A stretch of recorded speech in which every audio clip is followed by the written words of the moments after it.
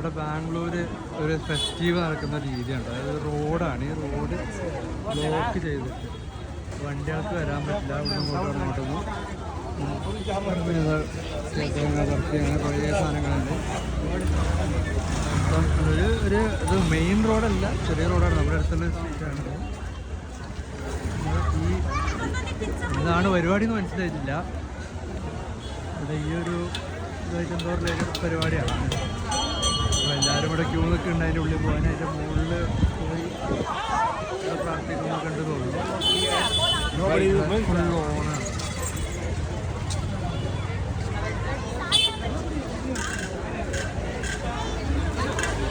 ഇതിൻ്റെ ഇടയിൽ കൂടി വണ്ടികളത് നീക്കിയിട്ടാണ് എങ്ങനെയാണ് വരുന്നത് മനസ്സിലാവില്ല.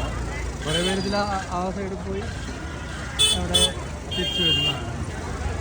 മൊത്തം ഈ റോഡ് ഇതുപോലെ